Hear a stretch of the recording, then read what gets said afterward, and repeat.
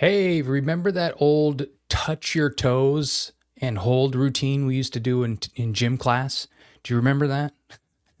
Well, I hate to break it to you, but the old idea of stretching is dead. I mean, what your body is really craving, it's mobility. And why is that? Well, it's because life doesn't happen in stillness. It happens in motion. And the second half of your life demands more agility, not more length. Coming up on the Spencer Mark podcast.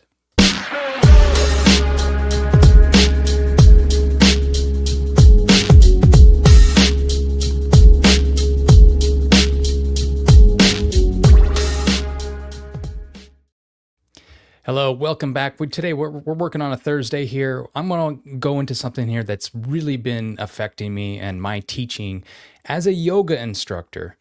I've been feeling a lot of these static holds lately, and it really is semi-painful a lot of times, and it takes a while to kind of move into it.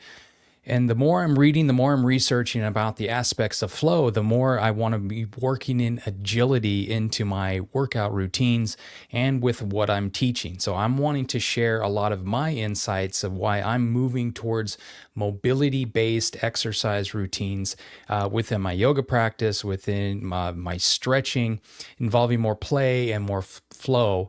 And I want to just go ahead and move forward with you with that. And again, it's about moving forward, not just holding. Okay. And we're going to have some fun alongside this too. I want to have some fun in my stretching exercises. I want to remain loosey goosey, and I want to keep my joints lubricated so I can keep moving through life, not just like holding on, because that sucks, man. So let's just go ahead and start. And I'm going to talk to you why stretching as we know it is dead. Here's what I do instead. Little rhyme there for you. And of course, again, this is coming from me as a yoga instructor. So maybe I might upset some people a little bit here too that are in the yoga realm a little bit. But hey, this is just me sharing what I think was working for me as I age.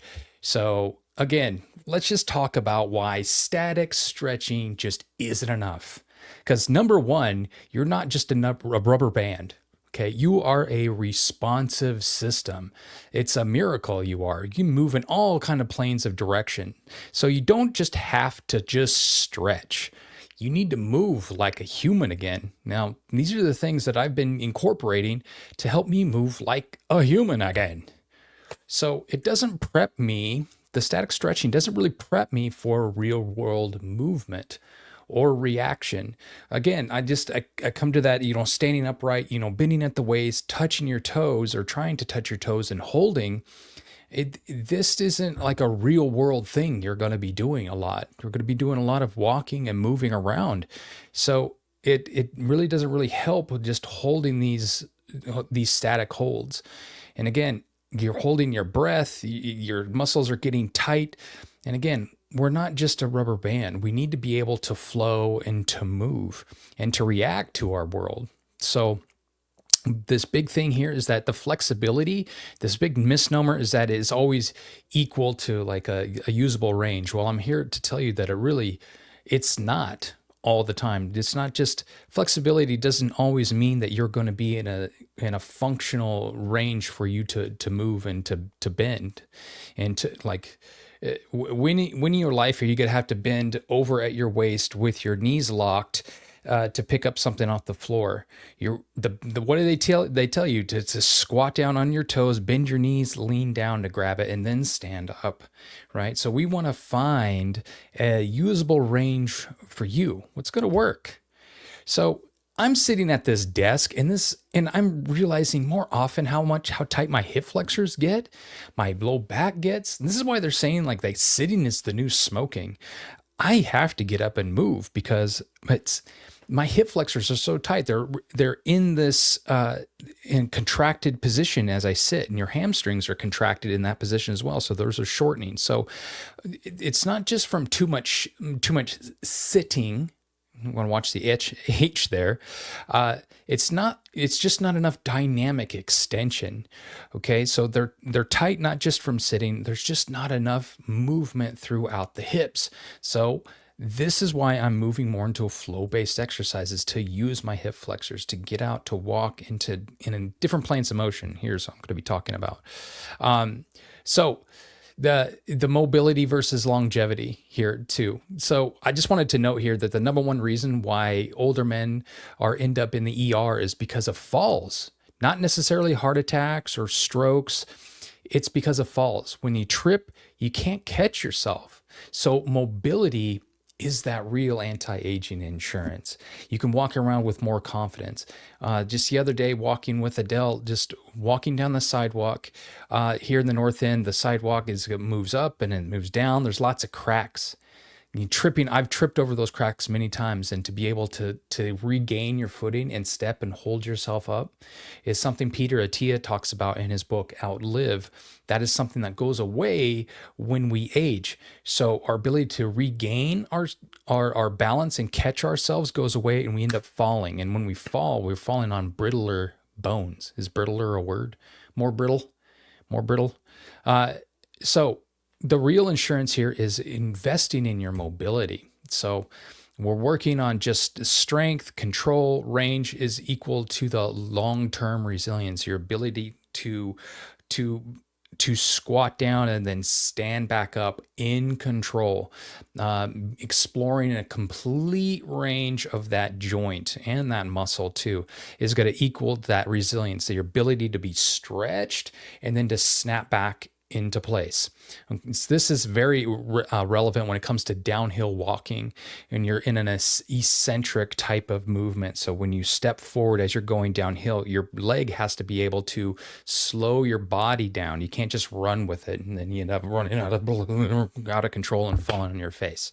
So to be able to control those movements coming down the hill, that is what we're talking about when we're talking about usable mobility. And it's got to help with your longevity, of course, because you're not falling on your friggin' face. So this is how we're going to stay on your feet as you age, quite literally. That's important. So regaining your footing. Again, I talked about this just a little bit more here too. And again, you don't have to be an athlete. You just need to catch yourself and just to regain walking again. Things that we don't think about in the first half of our lives because we have more agility, we have more muscle mass, our nerves, our nervous system is more apt and more active and ready and willing. But as we age, we start to rust if we're not moving it. Movement is the medicine. Motion is a lotion. We need to succeed. Whatever mantra works for you, let's use it. So again, as we age, we lose that reflex to catch ourselves as we stumble.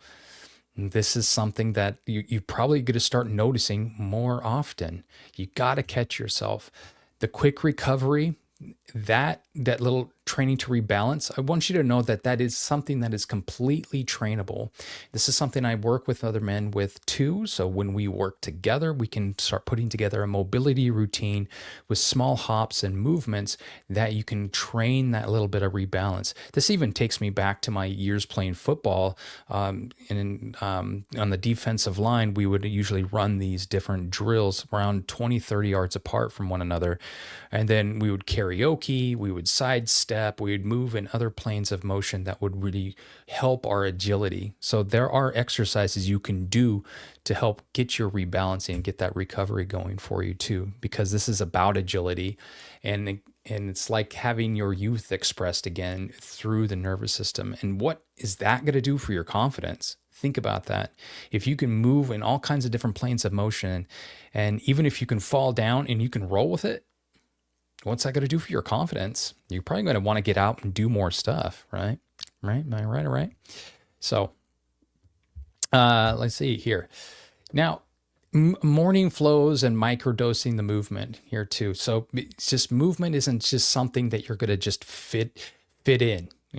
This is something that you're going to reclaim for yourself piece by piece and little movements by little movements. They call this like exercise snack, but I like this microdosing idea here too. Just little bits of movement throughout the day are going to keep you young and strong. So the morning time though, it's the prime time, baby. It's prime time to move. You start your day with off right, just doing some cat and cow motions here too. And I can just do that just sitting down.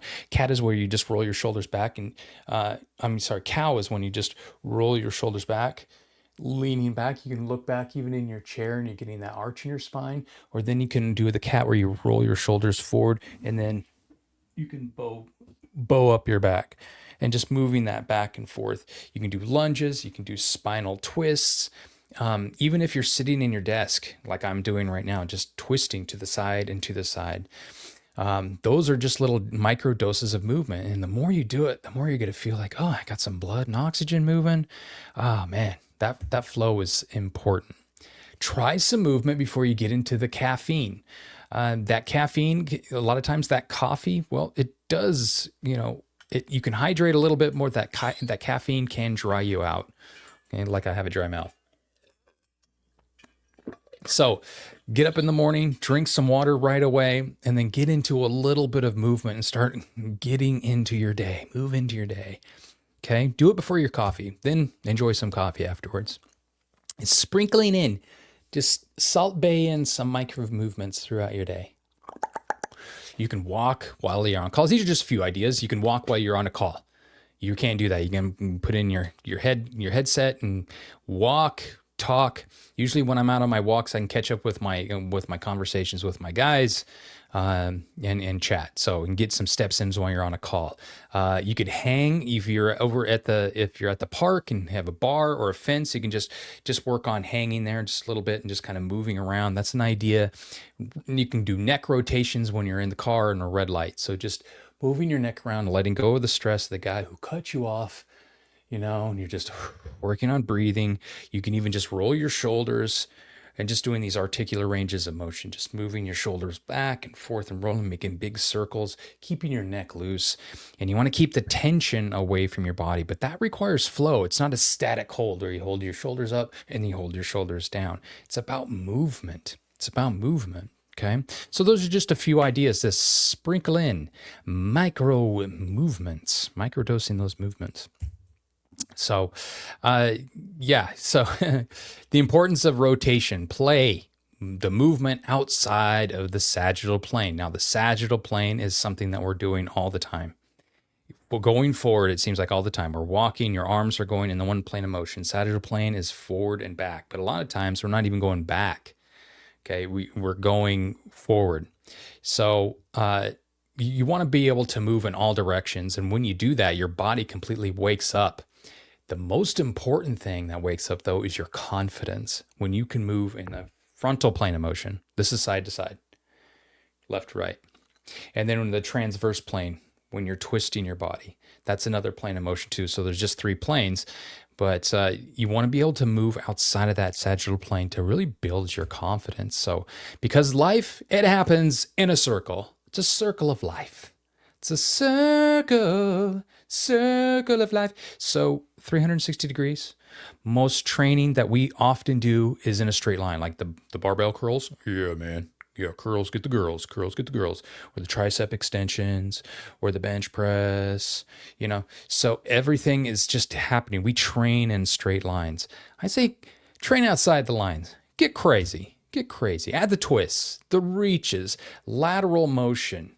Go ahead and roll, crawl, pivot. Now, I've been going out to the park, taking my shoes off, getting into the whole earthing thing, that really helps inflammation. And just putting I put one of my shoes down on the grass and I walk out about another 20 to maybe 30 yards, put down the other shoe. So that gives me a good space to drill in between. And lately I've just been getting on my toes and my fingers, and then I just gently dip my head and to my shoulder, and then I just roll. And then I roll again, going very slow. The best part is it's fun, but the real good part is when you get done, you're real dizzy. And it feels like you're kind of mini drunk without having any alcohol, which is a great way to kind of enjoy rolling. Yeah. I want to get into the other types of rolling. But still, have some fun with it. Crawl around, do some bear crawls, have some fun with it. Just there's no rules here. when we're talking about play, just movement, man. And when you move from side to side and you twist and you turn, you're doing all these different things, you're moving outside the sagittal plane and building that confidence. Play with your kids, kick a friggin' ball, right? Just bum rush some kids like a kickball game, right? And just run right in front of the kid who's about to kick it and just kick it yourself. Just boom, and just feel good about yourself knowing that you can kick a ball way beyond the stride length of a third grader.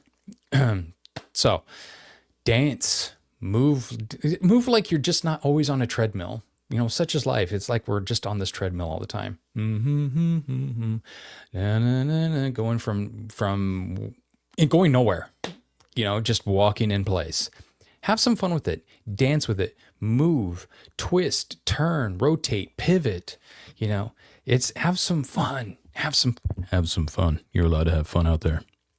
So, what is happening in flow versus static holds is, again, as I'm studying this as a yoga instructor, it's important to have flow. You don't just want to be flexible. You want to practice really being free in your movements, free to breathing in, exhaling out, and just feeling the movement of blood and lymph throughout your body. This is what's going to keep you out of the ER in time, all right? Because when we hold statically, a lot of times we're just passive. We're just like waiting for the time to go by. When we're flow, not only is our body active, but our mind is active. And it's just, you're not super concentrating on one thing, but you're just in it. You're in a actual flow state. Okay, so there's so many benefits for the brain, for the body, and that's real connection happening for yourself too. So I say more flow. That's what I'm doing more. It trains the nervous system to feel safe inside motion, and that's really what we're wanting to do. I want to feel safe when I'm out there walking and enjoying my life in all kinds of planes of motion. You want that nervous system to be able to properly respond to its environment in these different body positions, and your body's not going to be afraid to fall down. So you take more calculated risks, have more fun out there. So movement and flow is about reconnecting with your body. It's reconnecting with your trust and reconnecting with an idea of fun. F-U-N, fun. Fun is fun to have and very important to practice. We got to practice having fun. And sometimes it's not just got to happen to us. Got to make fun happen for yourself. Just like you got to make happiness happen for yourself too. It's a practice. Have fun moving throughout the body. So I just letting you know here, this end as we end this here too. I just want you to know that stretching it's not necessarily a bad thing. Okay. It makes you feel like you're doing something, but I feel that if your body's not really changing, that's just not enough. What really needs to happen is that movement needs to translate into your walk and into your reflexes and into your confidence. So just train like your body is a participant in life and not just a passenger. Okay. So it's not just about the length that you're trying to get into your flexibility. It's about the mobility in life itself. Now, if this resonated with you, I have a free call set up to you. The link is inside of the description. You and I, we can build your mobility routine together. Again, it's an absolutely free call. We get together on a Zoom. I talk about what's important to you, and then we customize a plan that's going to help you getting more mobile. And that's a great place to start. So if you're wanting to ensure that you have a long and fruitful life, having fun, moving throughout, you get to retirement age and it's not too much out of the realm of possibility for you to hike or to swim or to jump, these things that you want to do in life. It's going to require some intention to move towards that. You and I will do that together. You don't have to go at it alone. Link is in the description. Book the call and let's make your mark today. Thank you so much for being here. I appreciate it. And I will see you tomorrow where we go more into metabolic health, perhaps some fat loss. Who knows what'll happen, but it'll be at noon Mountain Standard Time. And again, get out there, have some fun today. And again, make your mark.